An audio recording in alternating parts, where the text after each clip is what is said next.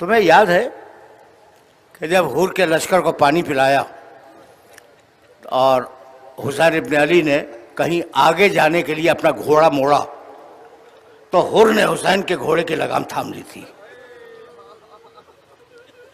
دیکھو لگام تھامنا کسی عرب کے لیے ناقابل برداشت تھا، اور وہ ایک طرف اگر حور کی بہادری ہے تو دوسری طرف انتہائی بد اخلاقی بھی ہے. اور اسی پر حسین نے ایک جملہ کہا تھا کہ سکلت کا ام کا یا حر، حر تیری ماں تیرے ماتم میں بیٹھے، یعنی تو مر جائے، تیری یہ مجال کہ تو میرے گھوڑے کی لگام تھام لے. عباس دور کھڑے ہوئے تھے، عباس دور کھڑے تھے. حر کانپنے لگا اور کہنے لگا فرزند رسول آپ نے تو میری ماں کا نام لے لیا، لیکن میں کیا کروں کہ آپ کی والدہ ماجدہ کا نام میں وضو کے بغیر لے بھی نہیں سکتا.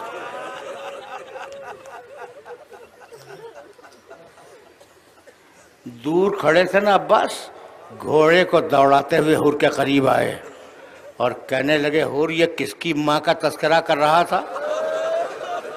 اب اگر زبان سے دوبارہ یہ جملہ نکلا تو زبان کاٹ کر تیری ہتھیلی پہ رکھ دوں گا.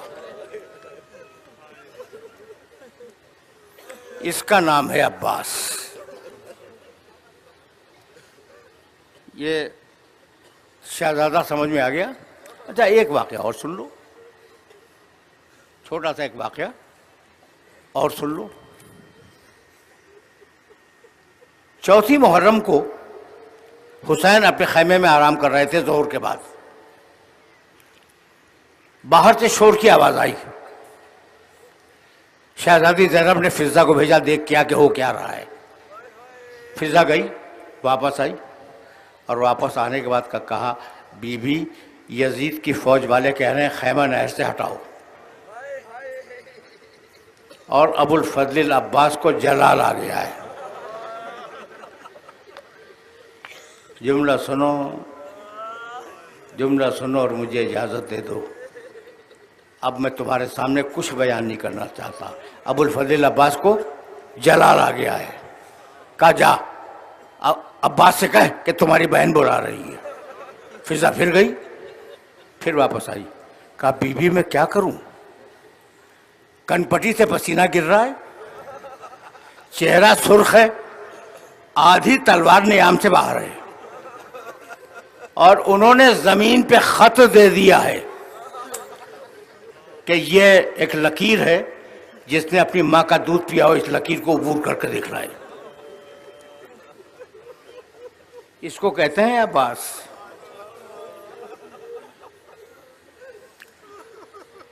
اب اتنے جلال میں جب عباس ہو تو اسے روکے کون؟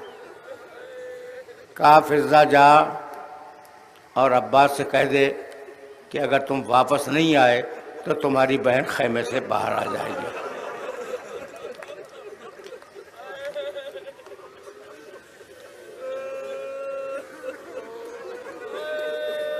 بس یہ جملہ عباس کو خیمے میں واپس لے آیا. آئے اور سر کو جھکا کے گوشے میں کھڑے ہوئے. یہ ہے عباس. اب آخری جملہ عرض کر دوں. ایسا عباس ایک مرحلے پہ آیا، کہا مولا مجھے جنگ کی اجازت ہے. کہا نہیں عباس نہیں، تمہیں جنگ کی اجازت نہیں. جب مجھے معلوم ہے کہ عباس پیدا ہوا تھا کربلا کے دن کے لیے، تو کیا عباس کو نہیں معلوم ہوگا؟ سوچنے لگے کہ میں پیدا ہوا ہوں کربلا کے دن کے لیے، اب میں کہتا ہوں مولا اجازت دیجئے، کہتے ہیں نہیں عباس نہیں. تھوڑی دیر بعد پھر آئے، مولا مجھے جنگ کی اجازت ہے. کہا عباس تمہیں جنگ کی اجازت نہیں ہے، کیسے دوں؟ کہا مولا سبب کیا ہے؟ کہا کہ عباس تم میری فوج کے علمدار ہو.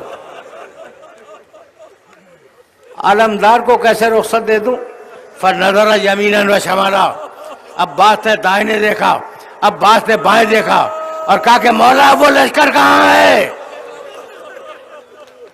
آخری جملہ، اب وہ لشکر کہاں ہے؟ کہا عباس تمہیں اجازت نہیں دوں گا. پلٹے ایک خیمے کے دروازے پہ بیٹھ گئے اور سوچنے لگے کہ مولا سے اجازت ملے تو کیسے ملے. اتنے میں خیمے کے اندر سے سکینہ کی آواز آئی, پھوپھی اماں میں بہت پیاسی ہوں. آخری جملہ تقریر کا, پھوپھی اماں میں بہت پیاسی ہوں. عباس خوشی میں کھڑے ہو گئے, کہا بیٹا سکینہ میرے پاس آنا. بچی آئی, کہا بیٹی تو بہت پیاسی ہے. کہا کہ ہاں چچا جان میں بہت پیاسی ہوں. کہا دوڑ کے جا اپنا چھوٹا مشکیزہ لیا, اور تیرا کام بس اتنا ہے کہ مشکیزہ دکھلا کر اپنے بابا سے کہہ دے کہ میں بہت پیاسی ہوں. تم رو چکے, تمہاری آوازیں بلند ہو گئی, میں طویل مصائب نہیں پڑھا کرتا. بچی گئی, مشکیزہ لائی, عباس نے بچی کو گود پہ اٹھایا, آئے حسین کے پاس. حسین نے کل 2 جملے کہے.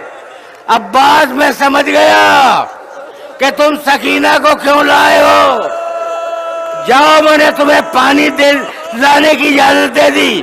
یہ تو کہا عباس سے, اور بیٹی سے کہنے لگے بیٹی اب تو چچا کو اجازت دلوا رہی ہے. جب راہ کوفہ شام میں ظالم تجھے تماچے ماریں گے تو بہت یاد کرے گی چچا کو. یہی سبب ہے کہ جب شمر کا تازیانہ اٹھتا تھا بچی چچا کے سر کو لو کر نیزہ میں دیکھتی تھی, کہتی تھی واہ اماں واہ عباس.